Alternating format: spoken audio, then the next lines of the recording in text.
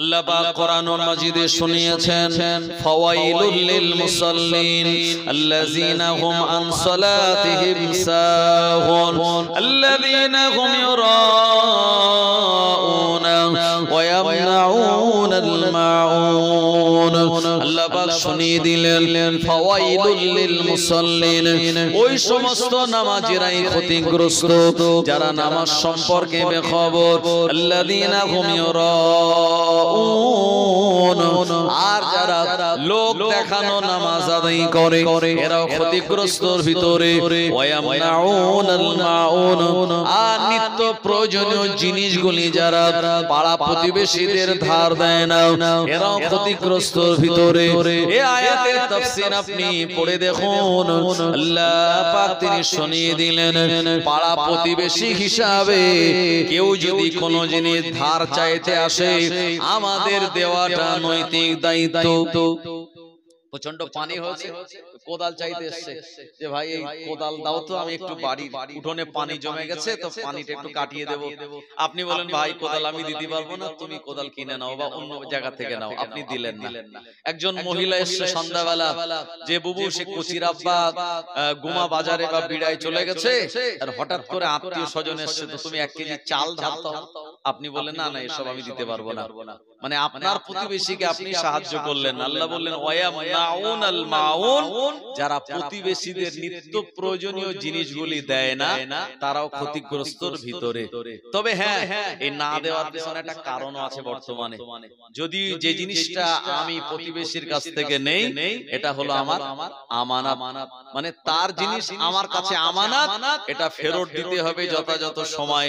বলে ভাই এক্ষুনি কোদালটা দিয়ে যাচ্ছি, দেখা গেল 1 সপ্তাহের খবর নেই। পরে যখন কোদাল চাইতে গেছে দেখছে যে কোদালের ওই নিচের দিকটাকে কি বলে, কোদাল বলে আর মার আরেক দিকে, দুটো দুই দিকে ভেঙে গেছে। মই চাইতে গেছে, মই হয়তো দিয়েছে, বলছিল যে 1 ঘন্টা পরে দিয়ে যাচ্ছি, দেখা গেল 10 দিন হয়ে গেছে, মই মাঝখান থেকে ভেঙে ফেলেছে। এরকম আছে না নাই? এই সমস্যার জন্য হয়তো প্রতিবেশীরা আমরা একে অপরের ধার দিই না জিনিস, কিন্তু আল্লাহ পাক বললেন প্রতিবেশীদের একে অপরের জিনিস ধার দেওয়া, আদান প্রদান করা, এটা আল্লাহর বান্দা বান্দীদের একটা আদর্শ। আর যারা এটা থেকে বিরত থাকবে তারা ক্ষতিগ্রস্তর ভিতরে। আর যারা লোক দেখানো নামাজ পড়বে তারাও ক্ষতিগ্রস্তর ভিতরে। আর যারা নামাজ সম্পর্কে বেখবর তারাও ক্ষতিগ্রস্তর ভিতরে। আমার ভাইজানেরা, ও নবীর উম্মত উম্মাতানিরা, আল্লাহর নবী সাহাবী হযরত আলী রাদিয়াল্লাহু আনহু তানার নামাজ কেমন ছিল এমন করে হায়াতুস সাহাবা নামক কিতাবের ভিতরে মুসান্নিফ রাহমাতুল্লাহ আলাইহি বর্ণনা করলেন। আল্লাহর নবী জিহাদের ময়দানে আর সাহাবে کرامদের বললেন, ও আমার সাহাবীরা, এই জিহাদের ময়দানে তোমরা পাহারা দাও। রাতের বেলা সাহাবীরা ঘুমাবে, 2 জন সাহাবী পাহারা দেবে, অতর্কিত দুশমনেরা যেন হামলা করতে না পারে। হযরত আলী রাদিয়াল্লাহু আনহু, হযরত মিকদাদ রাদিয়াল্লাহু আনহু, এনারা 2 জন মিলে পাহারা দিচ্ছেন। এমন সময় আল্লাহর নবী 2 জন সাহাবী তাদের ভিতরে হযরত আলী রাদিয়াল্লাহু আনহু বললেন, ও ভাই সাহাবী, আমরা 2 জন মিলে পাহারা না দিয়ে আপনি ঘুমিয়ে পড়ুন, আমি পাহারা দেব। আবার আমার ঘুম যখন লাগবে আমি আপনাকে ডেকে দেব, আপনি পাহারা দেবেন, আমি ঘুমিয়ে পড়ব। এরকম অল্টারনেট করে আমরা পাহারা দেব। আল্লাহর নবীর সাহাবী হযরত মিকদাদ রাদিয়াল্লাহু আনহু উনি ঘুমিয়ে পড়লেন। হযরত আলী রাদিয়াল্লাহু আনহু তিনি পাহারা দিচ্ছেন ময়দানে। হযরত আলী রাদিয়াল্লাহু আনহু মনে মনে চিন্তা করে শুধুমাত্র দাঁড়িয়ে দাঁড়িয়ে পাহারা না দিয়ে এই সময়টাকে কাজে লাগিয়ে আল্লাহর নামাজ আদায় করে নেই। তাহাজ্জুদের নামাজে দাঁড়িয়ে গেল। আমার ভাইজানেরা, দুশমনেরা পিছন দিক দিয়ে চলে আসলো। সাহাবীদের নামাজ আমাদের মতো এত তাড়াহুড়ার নামাজ ছিল না। নামাজের ভিতরে খুশু খুজু ছিল, নামাজের ভিতরে ধৈর্য ছিল, নামাজের কেরাত তানাদের লম্বা হতো। ও নবীর উম্মত উম্মাতানিরা, দুশমনেরা এসে হযরত আলী রাদিয়াল্লাহু আনহুকে দেখতে পেলেন দূর থেকে, ঝাপসা মতো দেখা যায়। দুশমনের সময় খেজুর গাছ না মানুষ কনফার্ম হওয়ার জন্য হযরত আলী হুজুর রাদিয়াল্লাহু আনহু তানার দিকে লক্ষ্য করে একটা তীর মেরে দিল। ওই তীরটা হযরতে আলী রাদিয়াল্লাহু আনহু তানার পায়ে লেগে গেল। নামাজি হালাতে থাকার কারণে তিনি কিন্তু তীরের কোনো জ্বালা যন্ত্রণা কিছুই বুঝতে পারলেন না। এ সময় নামাজ থেকে ফারেক হলেন, সালাম ফেরালেন, যন্ত্রণা শুরু হয়ে গেল। সাহাবীকে ডাক দিলেন। ওই সাহাবী সব সাহাবীদেরকে অ্যালার্ট করলেন। সব সাহাবীরা তারা জেগে গেলেন। আল্লাহর নবীর কাছে খবর দেয়া হলো, ইয়া রাসূলুল্লাহ, হাবিবাল্লাহ, আপনার সাহাবী আলী দুশমনদের পক্ষ থেকে তার পায়ে সে তীর বেঁধে গেল। এই তীরটাকে আমরা কোনো মতেই ছাড়াতে পারি না, প্রচন্ড জ্বালা যন্ত্রণা হয়। আল্লাহর নবী বললেন, বাবা সাহাবীরা, হযরত আলী রাদিয়াল্লাহু আনহু তার শরীর থেকে তীরটা আলাদা করো। কোনোভাবেই তীরটা আলাদা করা যায় না। আল্লাহর নবী বললেন, ছেড়ে দাও। আমার আলী যখন নামাজে দাঁড়াবে ওই সময় তার পায়ে তীরটাকে বার করে নেবে। হযরত আলী রাদিয়াল্লাহু আনহু ফজরের নামাজে তিনি দাঁড়িয়ে গেলেন। আল্লাহ পাকের নামাজ আদায় করার জন্য বিশ্ব নবী শুনিয়ে দিলেন, বান্দা যখন নামাজে দাঁড়াবে ওই বান্দা যেন মনে করে আনতা বুদাল্লাহ কাআন্নাকা তারাহু ফাইন লাম তাকুন তারাহু ফাইন্নাহু ইয়ারাক। বান্দা যেন মনে করে আমি আমার আল্লাহ রাব্বুল আলামিনকে দেখছি, কিন্তু না না না, এই দুনিয়ার জমিন থেকে আমার আল্লাহকে দেখা সম্ভব নয়। ওই বান্দা যেন মনে করে আমার আল্লাহ তিনি আমায় দেখছেন, এটা মনে করে নামাজ পড়ার নাম হলো ইহসান। শুধু তাই নয়, বান্দা যখন আল্লাহর দরবারে সিজদা দেয়, নবীজি আমার শুনিয়ে দিলেন, আল্লাহ পাক ফেরেশতাদের লক্ষ্য করে বলেন, মালাইকা ইরফা হিজাব বাইনি ওয়া বাইনিকা আবদি, এ আমার ফেরেশতাগণেরা, আমি আল্লাহ আর আমার বান্দার মাঝখানে যত পর্দা রয়েছে এই পর্দাগুলি সব তুলে দাও। বান্দা আমায় সিজদা দিল মানে আমার সঙ্গে বান্দার মাঝখানে আর কোনো পর্দা রইল না। আমি আল্লাহ আমার সঙ্গে সরাসরি কানেকশন শুরু হয়ে গেল। আরো জোরে বলেন সুবহানাল্লাহ। আমরা যে সিজদা দেই এই সিজদাটা মসজিদের মার্বেলে নয়, এই সিজদাটা নামাজের মুসাল্লায় নয়।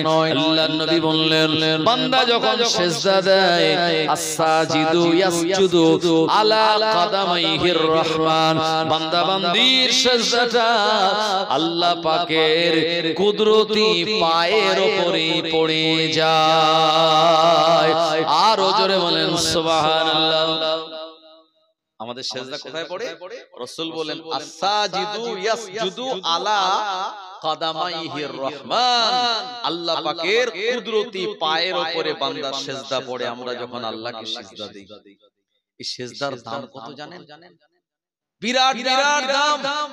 এত দাম জানার পরেও আমরা সেই নামাজে সিজদা দিই না। যদিও বা দিই তো ভালোভাবে দিই না। জিবরাইল আলাইহিস সালামকে আল্লাহ পাক তানাকে তৈরি করলেন। আপনারা জানেন জিবরাইল আলাইহিস সালামকে তৈরি করার পরে একটানা ৩০,০০০ বছরের লম্বা সিজদা দিয়েছিলেন। সুবহানাল্লাহ বলেন। ৩০,০০০ বছরের লম্বা সিজদা। সিজদা থেকে মাথা তুলে জিবরাইল আলাইহিস সালাম আল্লাহ পাককে জিজ্ঞাসা করে বললেন, ও রব্বুল আলামিন আল্লাহ, আমি আপনার কাছে যে লম্বা সিজদা দিলাম, আমার সিজদাটা মনে হয় সবথেকে লম্বা, আমার সিজদাটা সবথেকে দামি। আমার আল্লাহ রাব্বুল আলামিন বললেন, জিবরাইল, না না না, তোমার সিজদাটা লম্বা হতে পারে কিন্তু তোমার সিজদাটা কিন্তু দামি নয়। জিবরাইল আলাইহিস সালাম অবাক। ৩০,০০০ বছরের লম্বা সিজদা, এটা এত লম্বা অথচ দামি নয়, তো আমার থেকে দামি সিজদা আল্লাহ আপনাকে আর কে দেবে? আল্লাহ পাক বললেন ও জিবরাইল শুনে রেখে দাও আখিরি জামানায় একজন নবী হবে এই নবীর নাম হলো মুহাম্মাদুর রাসূলুল্লাহ সাল্লাল্লাহু আলাইহি ওয়াসাল্লাম। ওই নবীর উম্মতেরা আমি আল্লাহ আমার দরবারে তারা যখন সিজদা দেবে তোমার ৩০,০০০ বছরের লম্বা সিজদার চেয়ে ওই নবীর উম্মতের সিজদা দাম আমি আল্লাহ আমার কাছে বেশি হয়ে যাবে। সুবহানাল্লাহ, মহব্বত করে বলেন। জিবরাইল আলাইহিস সালাম বললেন ও রব্বুল আলামিন আল্লাহ এর কারণ কি একটু আমায় বলবেন? আমার আল্লাহ পাক বললেন জিবরাইল শুনে রেখে দাও আমি তোমার ভিতরে লোভ দেইনি, তোমার ভিতরে হিংসা দেইনি, তোমার ভিতরে অহংকার দেইনি, আমি তোমার পেটেতে ক্ষুধা দেইনি, আমি তোমার চোখে ঘুম দেইনি, আর তোমার শরীরে আমি আল্লাহ যৌবনও দিই না। আল্লাহ পাক ফেরেশতাদের বানিয়েছেন নূর দ্বারা, এমন করে ফেরেশতাদের ভিতরে ক্ষুধা নাই, ঘুম নাই, যৌবন শক্তি নাই, এমন করে হিংসা, তাকাব্বুরি, অহংকার, রিয়া নাই। ও জিবরাইল ওই নবীর উম্মতের অন্তরে রিয়া থাকবে, অহংকার থাকবে, লোভ থাকবে, তাকাব্বুরি থাকবে, তাদের পেটে ক্ষুধা থাকবে, চোখে তাদের ঘুম থাকবে, আর শরীরে তাদের যৌবন শক্তি থাকবে। এত কিছু থাকার পর সবগুলোকে তারা পিছনে ফেলে আমি আল্লাহ আমার দরবারে যখন তারা সিজদা দেবে এ কারণে তোমার সিজদার থেকে তাদের সিজদাটা দামি হয়ে যাবে। আলী হুজুরের পায়ের থেকে ওই নামাজ পড়া হালাতে তীর বার করে নেওয়া হলো। আল্লাহর কসম আল্লাহি তিনি কিছুই বুঝতে পারলেন না। সুবহানাল্লাহ বলেন। কি মজা এই নামাজে পেয়েছিলেন তিনি। আর যে আলীর জন্ম কোথায়? আমাদের জন্ম আতুর ঘরে, হসপিটালে, নার্সিং হোমে। হযরতে আলী রাদিয়াল্লাহু আনহুর জন্ম কোথায় জানেন? আল্লাহ পাকের কাবা বাইতুল্লাহর ভিতরে। সুবহানাল্লাহ বলেন। হযরতে আলীর জন্ম কোথায়? আল্লাহ পাকের কাবা বাইতুল্লাহর ভিতরে। খুব ভালো করে শুনেন। হযরতে আলী রাদিয়াল্লাহু আনহুর আব্বা জানের নাম হলো আবু তালিব, মায়ের নাম হলো ফাতেমা বিনতে সাদ। মা যখন প্রেগন্যান্সি, গর্ভবতী, এ সময় হযরতে আপনার আলী রাদিয়াল্লাহু আনহুর আম্মা আর ফাতেমা বিনতে সাদ এই মায়েদের বাচ্চা হওয়ার সময় বিরাট একটা তাদের জীবনের আপনার মুসিবতের সময়, মানে জীবন চলে যাবে এমন একটা ব্যাপার, তাদের বিরাট কষ্টের একটা মুহূর্ত, বিরাট রিস্কের একটা মুহূর্ত। হযরত আলী রাদিয়াল্লাহু আনহুর আম্মা কোন সাহায্যকারী না পেয়ে আল্লাহ পাকের কাবা বাইতুল্লাহর কাছে চলে গেলেন। কাবা বাইতুল্লাহর কাছে গিয়ে আল্লাহ কাবা বাইতুল্লাহর দিকে তাকিয়ে বললেন ও কাবার মালিক, সন্তান আমার দুনিয়াতে আসবে, আমাকে সাহায্য করার মতো আশপাশে এমন কোন মহিলা নাই। ও কাবার মালিক আল্লাহ, আপনি আমার জন্য একটা ব্যবস্থা করে দিন। হযরত আলী হুজুরের আম্মা বলেন এমন সময় দেখতে পেলাম কাবা বাইতুল্লাহ দরওয়াজাটা খুলে গেল। ফাতেমা বিনতে সাদ আর কাবা বাইতুল্লাহর ভিতরে প্রবেশ করলো। অতি আসানের সঙ্গে বাচ্চাটা দুনিয়াতে ভূমিষ্ঠ হয়ে গেল। এদিকে আবু তালিব বিবিকে খুঁজে পায় না, আমার গর্ভবতী বিবি কোন জায়গায় গেল। 4 দিন পর যখন বিবির সন্তান পেল, দেখতে পেল বিবি একটা বাচ্চা কোলে করে নিয়ে বাইরে এসেছে। ঘটনা যখন জিজ্ঞাসা করলো আর হযরত আলীর আম্মা বললেন অতি আসানের সঙ্গে কাবা বাইতুল্লাহর ভিতরে আল্লাহ পাক আমার বেটাকে প্রদান করেছেন। জোরে বলুন। হযরত আলী নবীজির থেকে 30 বছরের ছোট ছিলেন। হযরত আলী নবীজির থেকে 30 বছরের ছোট ছিলেন। আমার ভাইজানেরা, যখন নবীজি কালেমার বাণী প্রচার করছেন বাচ্চাদের ভিতরে 10 বছর বয়সে হযরত আলী রাদিয়াল্লাহু আনহু ঈমানের কালেমা পড়ে মুসলমান হয়ে গিয়েছিলেন। সুবহানাল্লাহ বলেন। আমার ভাইজানেরা, তো মা তার বাচ্চাদেরকে এই প্রসব করানোর সময় যে মুহূর্ত, এই মুহূর্তটা মায়েদের জীবন বাঁচার মানে এটা লড়াই। আল্লাহ পাক অনেক মাকে এই সময় দুনিয়া থেকে তুলে নেন, ইন্তেকাল করে বাচ্চা ভূমিষ্ঠ হওয়ার সময়। রাসূল বললেন যে মা বাচ্চা ভূমিষ্ঠ হওয়ার সময় ইন্তেকাল করে, আল্লাহ পাক তার মৃত্যুটাকে শহীদি মৃত্যুর সমতুল্য সওয়াব আল্লাহ দান করে দেন। এজন্য মায়েদের সঙ্গে বেয়াদবি করার কোনো জায়গা নেই। মা তো জান্নাত का फूल है, प्यार करना आपका उसूल है, दुनिया का हार मोहब्बत फजूल है, माँ बाप की हार दुआ अल्लाह की दरबार में कबूल है, माँ को नाराज करना इंसान तेरी भूल है, और माँ की कदम के मिट्टी जन्नत का धूल है। জোরে হবে না সুবহানাল্লাহ? ভাই আমি দোয়া করব, আমার আগে মাওলানা মুহিবুল্লাহ ভাই আলোচনা করছিলেন, তিনি দোয়া করবে, আপনাদের গ্রামের ইমাম দোয়া করবে। জি, এই দোয়া কবুল হতেও পারে নাও পারে, কোনো গ্যারান্টি নাই। আর আপনার মা যদি সন্তানের জন্য আল্লাহর কাছে হাত তোলে 100% কি তার থেকে আরো বেশি গ্যারান্টি ওই দোয়াটাকে আল্লাহ পাক কবুল করে নেন। নামাজ পড়া যেমন ফরজ, রোজা রাখা যেমন ফরজ, ঠিক তদ্রূপ পিতা মাতার খেদমত করাটাকেও আল্লাহ আমাদের জন্য ফরজ করে দিয়েছেন। আমরা ভুলে যাই। আমার ভাইজানেরা, ও নবীর উম্মত উম্মতানিরা, আল্লাহ পাক কোরআন মাজিদে সূরা বানী ইসরাঈলে শুনিয়ে দিলেন, ফালা তাকুল্লাহুমা উফফু ওয়ালা তানহারহুমা ওয়া কুল্লাহুমা কওলান কারীমা। আল্লাহ পাক বলেন ফালা তাকুল্লাহুমা উফ, খবরদার তোমরা তোমাদের পিতামাতার সঙ্গে এমন আচরণ করো না জবানে তারা উফ শব্দটা বলে, ওয়ালা তানহারহুমা তাদেরকে তোমরা ধমক দিও না, আর ওয়াকুল্লাহুমা কওলান কারীমা তাদের সঙ্গে যখন কথাবার্তা বলবে নম্র আর ভদ্রভাবে কথাবার্তা বলবে।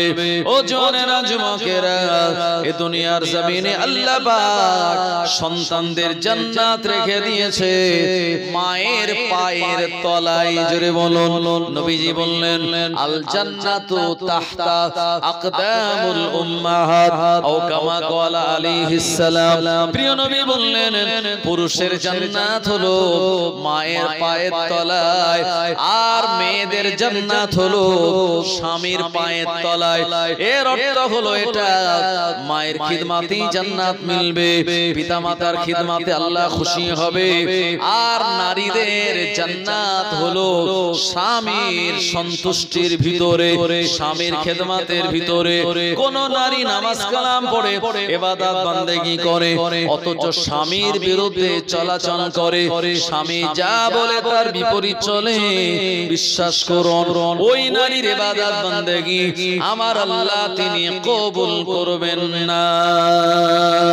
ও জওয়ানেরা যুবকেরা নবীর উম্মতেরা, এজন্য স্বামীর খেদমত করাটা নারীদের জান্নাতে যাওয়ার অন্যতম কারণ। এই দুনিয়ার জমিনে যদি কোনো মা তার স্বামীকে রাজি আর খুশি করাতে পারে, আল্লাহর নবী বললেন ওই নারীটা যদি স্বামীর কোলেতে ইন্তেকাল করে, মানে স্বামী হায়াতে আছে, স্ত্রী বিদায় নিল, ওই স্বামী যদি স্ত্রীর কবরের ধারে গিয়ে আল্লাহ পাকের দরবারে হাত তুলে দোয়া করে বলে, আল্লাহ আমি আমার বিবির উপরে রাজি খুশি, আল্লাহ আপনি রাজি হয়ে যান, আল্লাহ আপনি খুশি হয়ে যান, আপনি আমার বিবিকে জান্নাতের বাসিন্দা বানিয়ে দিন। আল্লাহর নবী জানিয়ে দিলেন ওই স্বামীর হাত আল্লাহ কবুল করে নিয়ে বিবির কবরটাকে জান্নাতের টুকরা বানিয়ে দেবে। ও নবীর উম্মতেরা, এই দুনিয়াতে যত আল্লাহর ওলি, যত ফকিহ, যত মুহাদ্দিস, যত মুসান্নিফিন, এমন করে যত আপনার মুহাদ্দিসিন, যত মুজাদ্দিদিন এই দুনিয়ার জমিনে আগমন করেছিল, সবাই কিন্তু মায়ের দোয়া পেয়েছিল। ও নবীর উম্মত উম্মাতানিরা, ইমাম বুখারী রাহমাতুল্লাহ আলাইহি ছোটবেলায় তার চোখটা অন্ধ হয়ে গিয়েছিল। কোন ইমাম বুখারী? যে ইমাম বুখারী রাহমাতুল্লাহ আলাইহির পরিপূর্ণ নাম হলো আবু আব্দুল্লাহ মুহাম্মদ ইবনে ইসমাইল বিন ইব্রাহিম বিন বারদিসবা আল জুফি। জানার এত বড় নাম। শুধু তাই নয়, যেটাকে আমরা বুখারী শরীফ বলি, এই বুখারী শরীফের নাম কিন্তু বুখারী শরীফ নয়। বুখারী শরীফের একটা পূর্ণাঙ্গ নাম রয়েছে। বুখারী শরীফের পূর্ণাঙ্গ নাম হলো আল জামিউস সাহিহুল মুসনাদুল মুখতাসার মিন উমুরি রাসূলিল্লাহি সাল্লাল্লাহু আলাইহি ওয়াসাল্লাম ওয়া সুনানিহি ওয়া আইয়ামিহি। এত বড় নাম হলো বুখারী শরীফের। আমরা ছোট করে বলি বুখারী শরীফ। ইমাম বুখারী রাহমাতুল্লাহ আলাইহি ছোটবেলায় তার চোখ দুটো অন্ধ হয়ে গেল কোন এক অজানা রোগে। মা আল্লাহ পাকের কাছে দোয়া করে বললেন, ও রব্বুল আলামিন, আল্লাহ আমার বেটা চোখে দেখতে পায় না, আমি মা হয়ে এই দৃশ্যটা কেমন করে সহ্য করি। আল্লাহ পাক আপনি আমার বেটার চোখের আলো ফিরিয়ে দিন। মা একদিন, দুদিন, 3 দিন যখন দোয়া করলেন, ইমাম বুখারীর আম্মা রাতের বেলা স্বপ্ন দেখলেন আল্লাহ পাকের একজন নবী, যে নবীর নাম হলো ইব্রাহিম খলিলুল্লাহ আলাইহিস সালাম, ইমাম বুখারীর কাছে গিয়ে আপনার চোখের উপরে হাত বুলিয়ে দিলেন। মা স্বপ্ন দেখলো, সকালবেলা ঘুম ভেঙে গেল। ইমাম বুখারী হুজুরকে মা ডাকলেন ফজরের নামাজের জন্য। ইমাম বুখারী রাহমাতুল্লাহ আলাইহি এই সময় তিনি ঘুম থেকে উঠে বললেন, আম্মা এখন আমি চোখে দেখতে পাচ্ছি। মায়ের দোয়া কবুল করে নিয়ে আমার আল্লাহ ইমাম বুখারী হুজুরকে তার চোখের আলোটা ফিরিয়ে দিয়েছিলেন। জোরে বলুন। এই কওমে বনি ইসরাইলে একটা লোক ছিল, লোকটার নাম হলো জুরাইজ। নাম শুনেছেন আপনারা? কি নাম বললাম? জুরাইজ। কওমে বনি ইসরাইলের এই লোকটা প্রচন্ড আল্লাহর ইবাদত বান্দেগি করত এবং একই সঙ্গে মায়ের একটা ঘরে থাকতো এই জুরাইজ নামক লোকটা। এখন জুরাইজ একদিন চিন্তা করলো যে আমি আমার মায়ের সঙ্গে যে বাড়িতে বসবাস করি, এখানে ইবাদত বান্দেগি না করে আমি যদি জঙ্গলের পাশে একটা নির্জন জায়গায় গিয়ে ইবাদত করি, আল্লাহ পাক তিনি আমার উপরে আরো খুশি হবেন। বুঝলেন? তো মায়ের ঘর ছেড়ে দিয়ে জুরাইজ চলে গিয়েছে জঙ্গলের ধারে একটা কুঁড়ে ঘর বানিয়ে সেখানে ইবাদত বান্দেগি করছে। এখন বলুন তো, এই যে মায়ের ঘর ছেড়ে দিয়ে জুরাইজ গেল জঙ্গলের ধারে, এতে মা কি খুশি হয়েছে? মায়ের মনটা দুটুকরো হয়ে গেছে। আমার বেটা আমার সঙ্গে ছিল, আমরা একই বাড়িতে আলাদা ঘরে বসবাস করতাম, আল্লাহর ইবাদত করতাম, কিন্তু আমার বেটা আমাকে একা রেখে চলে গেল জঙ্গলের ধারে। মা তো, আর মায়ের ভালোবাসা, যে ভালোবাসার ভিতরে কোনো ভেজাল নেই। শাশুড়ির ভালোবাসায় ভেজাল আছে না নাই? শাশুড়ি জানে জামাইকে যত বেশি ভালোবাসবো মেয়েটাও তত ভালো থাকবে, আর মা ভালোবাসে যে ভালোবাসায় কোনো ভেজাল নাই। জুরাইজের আম্মা থাকতে না পেরে বেটার সঙ্গে দেখা করার জন্য জঙ্গলের কিনারায় ওই কোণে ঘরে চলে গেল। জুরাইজ তখন আল্লাহ পাকের নামাজে দাঁড়িয়েছিল, নফল নামাজ আদায় করছিল। জুরাইজের আম্মা বেটার ঘরের কাছে গিয়ে বলল, বেটা জুরাইজ, আমি তোমার মা এসেছি। একবার, দুবার, 3 বার ডাকলো। জুরাইজ নামাজে হালাতে থাকার জন্য মায়ের ডাকে সাড়া দিল না। মায়ের মনটা খারাপ হয়ে গেল। মা ওখান থেকে আপন ঘরে চলে আসলো, নিজের বাড়ি চলে গেল। কয়েকদিন পেরিয়ে গেল, মন মানল না আরেকবার বেটার সঙ্গে দেখা করতে যাওয়ার জন্য জুরাইজের আম্মা আবার রওনা দিল ওই বেটার কাছে, কুঁড়ে ঘরের পাশে। এই জায়গায় যাওয়ার পরে বলল, এ আমার বেটা জুরাইজ, আমি তোমার আম্মা এসেছি। এত টাকা ডাকলো, কিন্তু জুরাইজ নফল নামাজ পড়ার কারণে মায়ের ডাকে সাড়া দিল না। শরীয়তের মসলা হলো, নামাজ যদি আপনার ফরজ নামাজ হয়, এই ফরজ নামাজ পড়তে পড়তে বাপ মা যদি ডাকে, আগে নামাজ কমপ্লিট করে তারপরে তাদের ডাকে সাড়া দেবেন। আর যদি নামাজটা নফল হয়, মা আব্বা যদি আপনায় ডাকে তো আপনি দেরি না করে নফল নামাজটা ছেড়ে দিয়ে আব্বা আমার সঙ্গে দেখা করে পরে আবার নফল নামাজে দাঁড়াতে পারেন। আমার ভাই জানেরা, ও নবীর উম্মতেরা, কিন্তু জুরাইজ নামাজে নফল আদায় করার কারণে মা ডাকলো, বেটা জুরাইজ আমি তোমার আম্মা এসেছি। এত ডাকাডাকি করার পরেও বেটা জুরাইজ নামাজ ছাড়লো না। মায়ের মনটা খারাপ হয়ে গেল। মা মনটা খারাপ করে আবার আপন ঘরে বিদায় নিল। কয়েকদিন পেরিয়ে গেল। তৃতীয় দিন আবার মা বেটা জুরাইজের ঘরের কাছে গিয়ে বললেন, এ আমার বেটা জুরাইজ, এ আমার বেটা জুরাইজ, আমি এসেছি বেটা, একবার তোমার সঙ্গে দেখা করে আমি বিদায় নিয়ে চলে যাব। কিন্তু জুরাইজ তখনও আল্লাহর নামাজে দাঁড়িয়েছিল। মায়ের মনটা দুঃখ পেয়ে গেল, মায়ের মনটা ব্যথিত হয়ে গেল। মা বেটার জন্য একটা বরদোয়া করে বলল, ও রব্বুল আলামিন আল্লাহ, আমার যে বেটাটাকে আমি 10 মাস পেটে ধারণ করলাম, 2.5 বছর ধরে দুধ পান করালাম, ওই বেটাকে এত লালন পালন করে তাকে আঁচলের তলায় রেখে মানুষ করলাম। ও রব্বুল আলামিন আল্লাহ, আমার সেই বেটার কাছে 3 দিন আমি আসলাম, আমার ডাকে সাড়া দিল না আল্লাহ। আপনি আমার বেটাকে কোন পতিতাবৃত্তি করা মহিলার মুখ না দেখা পর্যন্ত মৃত্যু আল্লাহ আপনি দেবেন না। এটা কি দোয়া না বরদোয়া? কি বলেছে? পতিতাবৃত্তি করে। বুঝতে পেরেছেন আপনারা? মানে যারা শরীর বিক্রি করে পয়সা কামায়, এইরকম একজন মহিলার মুখ না দেখা পর্যন্ত আমার বেটার যেন মরণ না হয়। মা আর আসেনি।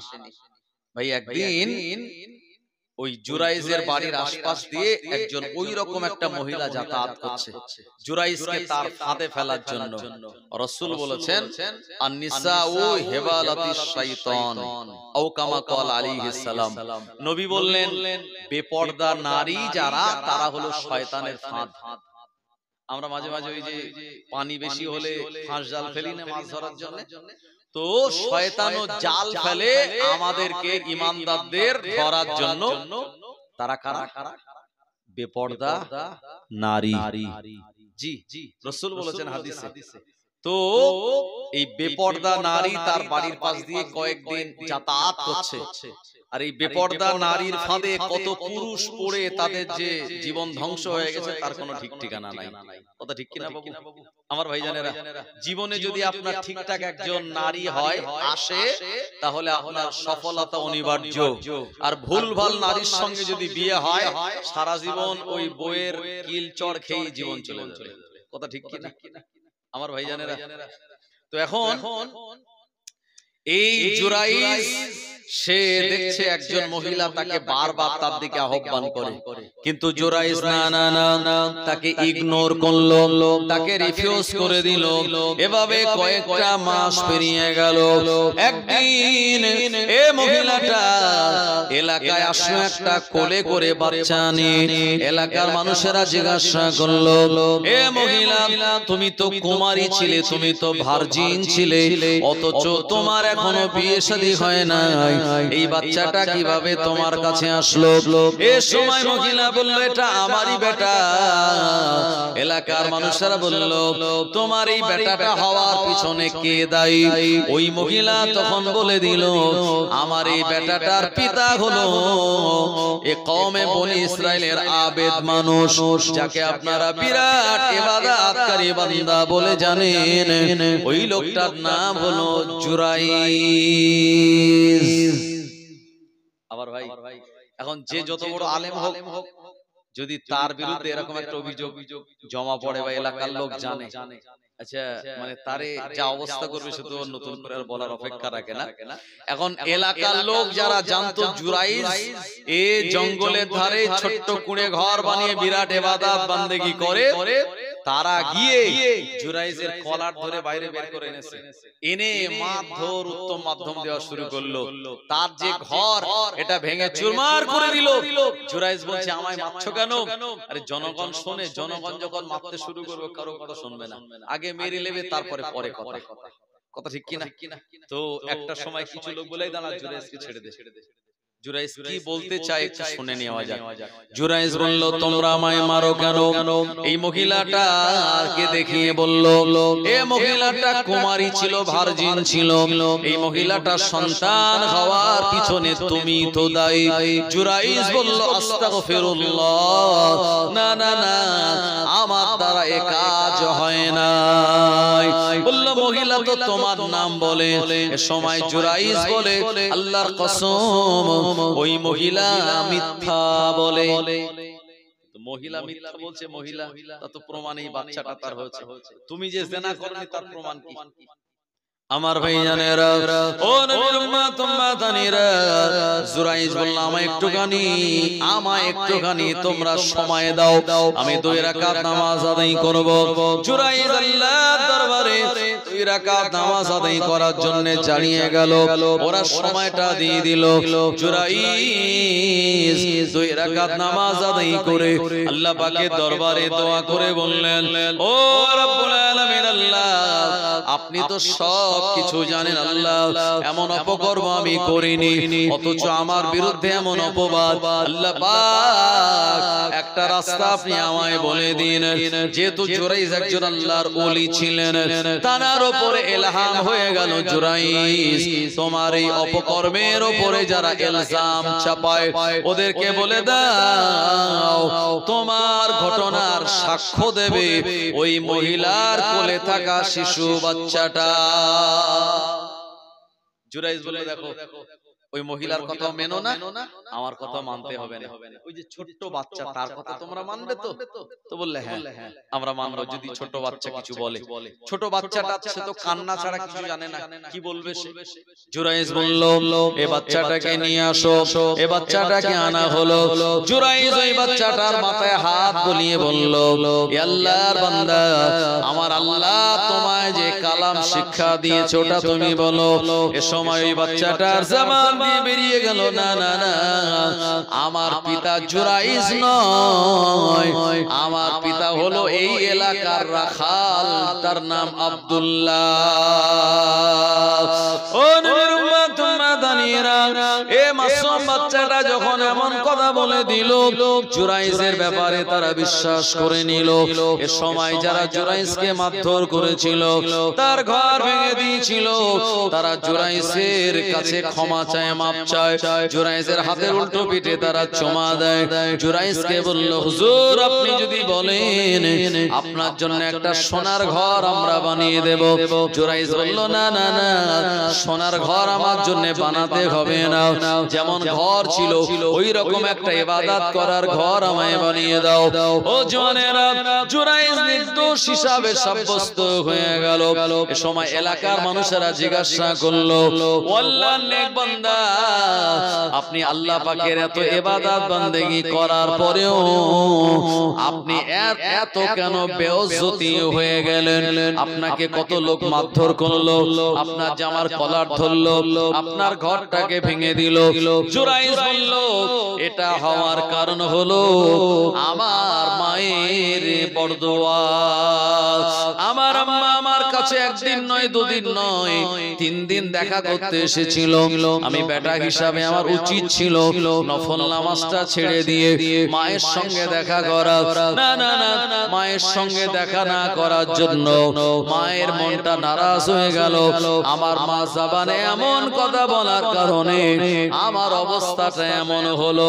ও মুসলমান ভাইরা আমার, তাই আমি আপনাদের বলতে চাই এই দুনিয়ার জমিনে আপনার মা যেমন হোক না কেন, নরম মেজাজি হোক বা বদ মেজাজি হোক, বা আপনাকে কম দেখো, ছোট ছেলেটাকে বেশি দেখো, যত রকমের তানার ভিতরে খারাপই আছে, আপনি বেটা হিসাবে এগুলি না ধরে আপনি আপনার মায়ের খেদমত করুন, মাকে ভালোবাসুন। মায়ের দোয়া যদি আপনি পেয়ে যান, আপনার নসিব আর কপাল খুলে যাবে। আল্লাহুম্মা সাল্লি আলা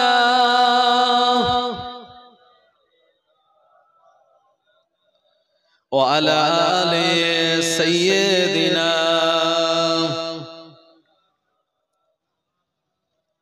फलक पर चांद जैसा है, नबी का नाम ऐसा है।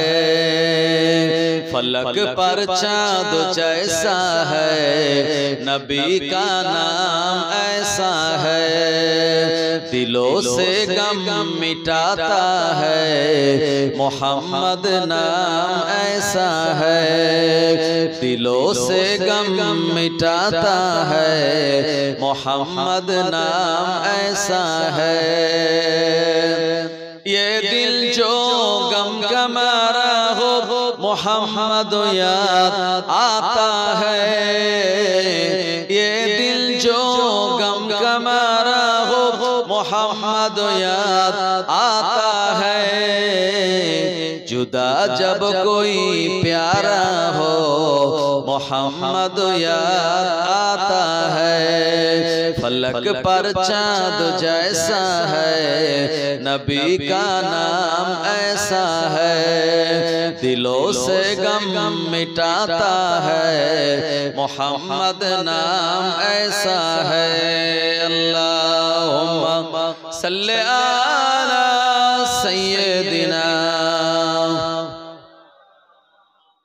व अला आलि सय्यिदिना। ও নবীর উম্মত উম্মতানিরা, আমি যে কথা আপনাদের শোনাচ্ছিলাম আবার ওই দিকেই ফিরে যাই। আল্লাহ পাক আমাদের জন্য নামাজকে বিরাট বড় এক ইবাদত করেছেন। যে ব্যক্তি ফজরের নামাজ আদায় করে নেয়, আমার আল্লাহ তার চেহারার উজ্জ্বলতা বাড়িয়ে দেন। যে ব্যক্তি জোহরের নামাজ আদায় করে, আল্লাহ পাক তার রুজি রোজগারে বরকত দেন। যে ব্যক্তি আসরের নামাজ আদায় করে নেয়, আল্লাহ পাক তার শরীরে সক্ষমতা দান করে দেন। মাগরিবের নামাজ আদায় করলে পরে আপনার সন্তানগুলিকে আল্লাহ পাক আপনার আনুগত্য বানিয়ে দেবে। এশার নামাজ পড়ে রাতের বেলা ঘুমালে ওই সারা রাতের ঘুমটা আমার আল্লাহ নফল ইবাদতের সওয়াব দান করে দেবেন। ও নবীর উম্মত উম্মতানিরা, কিয়ামতের মহা ময়দানে আল্লাহ পাক আমাদের সর্বাগ্রে এই ইয়াং বয়সে, যুবক বয়সে নামাজের হিসাব নেবেন। আমরা যদি যুবক বয়সে হিসাব ঠিকঠাক করে দিতে পারি, আল্লাহ পাক বুড়ো বয়সের হিসাব আমাদের জন্য সহজ করে দেবেন। ও সোনা মানিকেরা, শুধু তাই নয়, এ দুনিয়ার জমিনে আল্লাহ পাক আমাদের কি জন্য পাঠালেন? আল্লাহ পাক শুনিয়েছেন, আল্লাযী খালাকাল মাউতা ওয়াল হায়াতা লিয়াবলুয়াকুম আইয়ুকুম আহসানু আমালা। কোরআন মাজিদের সূরা মুলকের ২য় নম্বর আয়াতে আল্লাহ শুনিয়ে দিলেন, আল্লাযী, যিনি, খালাকা মানে সৃষ্টি করেছেন, মাউতা মানে মৃত্যুকে, ওয়াল হায়াতা মানে জীবনকে। কিসের জন্য জানেন? লিয়াবলুয়াকুম, পরীক্ষা করার জন্য। কিসের পরীক্ষা? আইয়ুকুম আহসানু আমালা, আমরা কে কত বেশি ভালো আমাল করতে পারবো। এজন্য আল্লাহ পরীক্ষা করার জন্য আমাদের দুনিয়াতে পাঠিয়েছেন। আল্লাহ বললেন, মা খালাকতুল জিন্না ওয়াল ইনসা ইল্লা লিয়াবুদুন। আমি দুনিয়াতে মানব এবং জিন জাতিকে বানাইনি, তবে বানিয়েছি, ইল্লা হলো হরফে ইস্তিসনা, ইল্লা বানিয়েছি লিয়াবুদুন, কেবল মাত্র আমার ইবাদত বান্দেগী করার জন্য। ও নবীর উম্মত উম্মতানিরা, আল্লাহ পাক আমাদের সবার এই গলার এখানে একটা হুলকুমের জায়গাতে একটা মেমোরি লাগিয়ে দিলেন। আপনার মোবাইলে যেমন ইন্টারনেট, আপনার ইন্টারনাল মেমোরি আছে, কোনটা আপনার 256 জিবি, এমন করে কোনটা 128 জিবি, যেমন ইন্টারনাল মেমোরি আছে। কোনো কিছু ভিডিও করলে বা ফটো তুললে যেমন সেভ হয়ে থাকে, আমরা দুনিয়াতে যা কিছু করছি আল্লাহ পাক সব আমাদের হুলকুমের জায়গাতে তিনি সংরক্ষণ রেখে দিয়েছেন। কিয়ামতের মহা ময়দানে আল্লাহ পাকের ফেরেশতারা আমাদের সম্মুখে যখন আমলনামাগুলি পেশ করবেন, কিয়ামতের মহা ময়দানে বান্দা বান্দি বলবেন, ও রব্বুল আলামিন আল্লাহ, এত গুনাহ আমরা করি নাই, এই ফেরেশতারা সব আমাদের নামে ইচ্ছা করে বাড়তি গুনাহ লিখে দিয়েছে। এই সময় আল্লাহ রাব্বুল আলামিন বলবেন, কোরআন মাজিদে সূরা বানী ইসরাঈল আল্লাহ শুনিয়ে দিলেন, ওয়াকুল্লা ইনসানিন আলজামনাহু তাইরাহু ফি উনুকিহি ওয়া নুখরিজু লাহু ইয়াওমাল কিয়ামাতি কিতাবান ইয়ালকাহু মানশুরা। ইকরা কিতাবাকা কাফা বিনাফসিকাল ইয়াওমা আলাইকা হাসিবা। আল্লাহ পাক সেদিন আমাদের এই হুলকুমে জায়গাতে মেমোরিটা বার করবেন, এরপরে তিনি সেট করে দেবেন ফেরেশতারা আমাদের সামনে জীবনে যত গুনাহ করেছে সব গুনাহগুলো ডিসপ্লে হয়ে যাবে। আমার ভাইজানেরা, বড় বড় যেমন জায়ান্ট স্ক্রিন লাগানো হয়, যেমন ডিসপ্লে লাগানো হয় বিরাট বড় বড়, ওই রকম কিয়ামতের দিন আমাদের গুনাহগুলি সব ওপেন হয়ে যাবে। কোন তারিখে, কোন দিনে, কোন সময় কোন গুনাহ করেছিলাম সব গুনাহ সেদিন আল্লাহ পাক আমাদেরকে প্রদর্শন করাবেন। এই সময় আল্লাহ বলবেন, ইকরা কিতাবাকা, পড়ো তোমার আমলনামা। ইকরা কিতাবাকা কাফা বিনাফসিকাল ইয়াওমা আলাইকা হাসিবা। আজকে কিয়ামতের দিন তোমার বিচার তুমি নিজে করার জন্য যথেষ্ট। ও নবীর উম্মত উম্মতানিরা, শুধু তাই নয়, আমরা যে হাতে কথা, আমরা যে হাত দিয়ে টাকা পয়সা লেনদেন করি, যে পা দিয়ে আমরা হাঁটা চলা করি, যে কানে আমরা শুনি, যে চোখ দিয়ে আমরা দেখি, আমার আল্লাহ রাব্বুল আলামিন কোরআন মাজিদে সূরা ইয়াসিনে শুনিয়ে দিলেন, কিয়ামতের দিন আল্লাহ জবান বন্ধ করে দেবেন। আমার আল্লাহ রাব্বুল আলামিন শুনিয়েছেন, আল ইয়াওমা নাখতিমু আলা আফওয়াহিহিম ওয়া তুকাল্লিমুনা আইদিহিম ওয়া তাশহাদু আরজুলুহুম বিমা কানু ইয়াকসিবুন। কিয়ামতের মহা ময়দানে আমাদের হাত কথা বলবে, পা কথা বলবে, শরীর অঙ্গ প্রত্যঙ্গগুলো সেদিন সাক্ষ্য দেবে। এজন্য দুনিয়ার জমিনে আমরা এসেছি ইবাদত বান্দেগি করার জন্য। জীবন আমাদের ছোট্ট, কিন্তু সোনা থেকে আরো বেশি দামি। আমরা আখিরি জামানার নবীর উম্মত, ইবাদত বান্দেগি শরীয়ত মেনে যদি দুনিয়ার জীবন আপনি অতিবাহিত করতে পারেন। এসেছিলাম যেদিন আমাদের হাতটা মুঠো ছিল আমার ভাইজানেরা, কারণ আমরা রিজিক এনেছিলাম, টাকা এনেছিলাম, সম্পদ এনেছিলাম, সোনা দানা এনেছিলাম। এজন্য বাচ্চাদের ছোটবেলায় হাত তাদের মুঠো থাকে, অনেক জিনিস তারা এনেছে আল্লাহ প্রদত্ত জিনিসগুলি। তাদের হায়াত যখন শেষ হয়ে যায়, দুনিয়া থেকে যখন আমরা বিদায় নেব, আমাদের হাতগুলি খোলা থাকবে। এটার অর্থ হলো আল্লাহ যা দিয়েছিলেন সব আল্লাহ পাওনা গন্ডা দুনিয়াতে বুঝিয়ে দিয়েছেন। এই জন্য আমরা হাত খুলে চলে যাচ্ছি। টাকা যাবে না, অর্থ যাবে না, সম্পদ যাবে না, আমাদের সঙ্গে যেটা যাবে এটা হলো আমাদের নেক আমাল। জোরে বলেন সুবহানাল্লাহ। তাই কবি বলেছেন, চিন্তা করে দেখো না কবরে কি যাইবে না, চিন্তা করে দেখো না কবরে কি যাইবে না, যেই কবরে আল্লাহ ছাড়া সঙ্গী কেহ থাকবে না, যেই কবরে আল্লাহ ছাড়া বন্ধু কেহ থাকবে না। চিন্তা করে দেখো না কবরে কি যাইবে না, চিন্তা করে দেখো না কবরে কি যাইবে না। এ দুনিয়ার সবই পর, কবর যে তোর আসল ঘর। এ দুনিয়ার সবই পর, কবর যে তোর আসল ঘর। কেমনে সেটা থাকবে তুমি শুধুই মাটির বিছানা চিন্তা করে দেখো না কবরে কি যাইবে না চিন্তা করে দেখো না কবরে কি যাইবে না যেই কবরে আল্লাহ ছাড়া সঙ্গী কেহ থাকবে না যেই কবরে আল্লাহ ছাড়া বন্ধু কেহ থাকবে না চিন্তা করে দেখো না কবরে কি যাইবে না আজান কানে শুনিয়া কেমনে থাকো ঘুমায়া আজান কানে শুনিয়া কেমনে থাকো ঘুমায়া কবরের আযাবের কথা একটু স্মরণ করো না চিন্তা করে দেখো না কবরে কি যাইবে না যেই কবরে আল্লাহ ছাড়া সঙ্গী কেহ থাকবে না যেই কবরে আল্লাহ ছাড়া বন্ধু কেহ থাকবে না চিন্তা করে দেখো না কবরে কি যাইবে না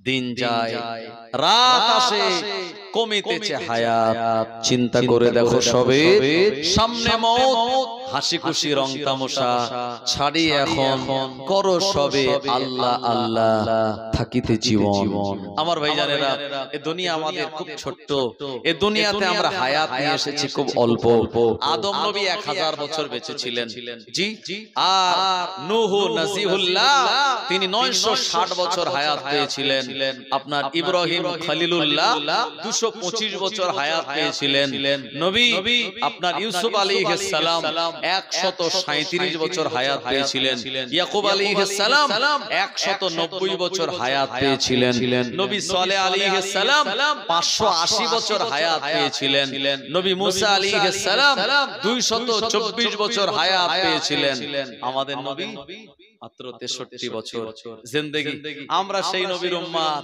আমাদেরও বেশি হায়াত আল্লাহ দেবেন না নূহ নবীর একজন কম একটা বুড়ি মেয়ে ছেলে নদীর পাড়ে বসে বসে কাঁদছে নূহ নবী বলছে বুড়ি মা কি হলো তোমার কাঁদো কেন বলল আর বলো না আমার একটা বাচ্চা ছেলে এই নদীতে পড়ে ডুবে মারা গেছে তাই আমি মা হিসাবে সন্তানের জন্য কাঁদতেছি নূহ নবী বললেন এ বুড়ি মা তোমার সেই কচির বয়স কত তো নূহ আলাইহিস সালাম কে বুড়িটা বলছে আমার সেই কচিটার বয়স 400 বছর কত বছর 400 বছরের কচি বুঝতে পারছেন তো 1000-1200 বছর যদি হায়াত পেত ও জামানার মানুষেরা তো 400 বছরের সত্যি তো তখন নাবালক তারা আর আমরা 400 মানে কি মানে আগামী এই যে এখন 2024 আমরা 2124 সালে আমাদের অস্তিত্ব আমার ভাইজানেরা আগামী কাল পর্যন্ত বেঁচে থাকবো কিনা তার কোনো গ্যারান্টি নাই তাই মাইকে আমাদের কাছে 5 বার কিন্তু আল্লাহ পাক একটু কল করেন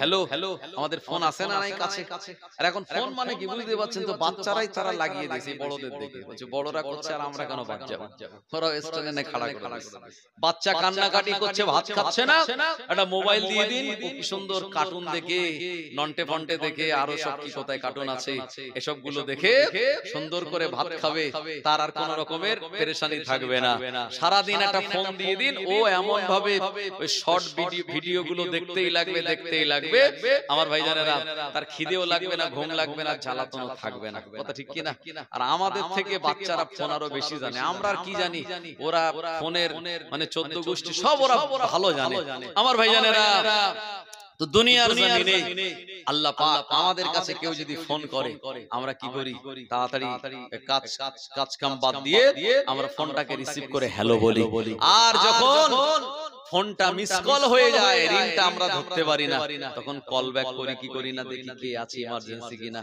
তো আল্লাহ মাঝে মাঝে আল্লাহ পাক প্রতিনিয়ত 5 বার বান্দাকে কল করছে হ্যালো আমার বান্দা হ্যালো কোথায় আল্লাহ পাক মুয়াজ্জিনকে দিয়ে বলছেন হাইয়া আলাস সালাত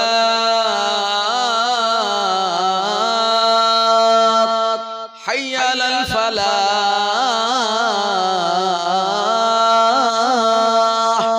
এসো নামাজের দিকে এসো কল্যাণের দিকে আল্লাহ বললেন মুয়াজ্জিন বলে দাও আসসালাতু খায়রুম মিনান নাওম ঘুম থেকে নামাজ নামাজ উত্তম, এগুলি সব আল্লাহ তাআলার পক্ষ থেকে আমাদের কাছে কল।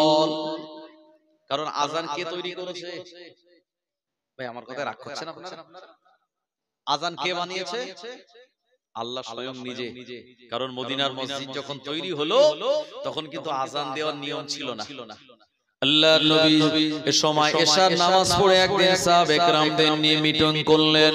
মিটিং করে বলেন, আমার সাহাবীরা তোমরা আমায় বলো নামাজের সময় হলে আমি কিভাবে মানুষদের আহ্বান করব। একজন সাহাবী বললেন, ইয়া রাসূলুল্লাহ হাবিবাল্লাহ, নামাজের সময় হলে আমি আগুন জ্বালাবো, মদিনার আপনার সাহাবীরা দেখে বুঝতে পেরে যাবে এখন নামাজের সময় হয়ে গেল। নবীজির পছন্দ হলো না। আর একজন সাহাবী বললেন, ইয়া রাসূলুল্লাহ হাবিবাল্লাহ, যখন নামাজের সময় হবে আসসালাত আসসালাত এই কথাটা মদিনার অলিতে গলিতে আমি দৌড়ে দৌড়ে বলে আসব। এটা শোনার পরে মানুষেরা বুঝতে পেরে যাবে নামাজের সময় হয়ে গেল। আল্লাহর নবীর পছন্দ হলো না। আর একজন সাহাবী বললেন, ইয়া রাসূলুল্লাহ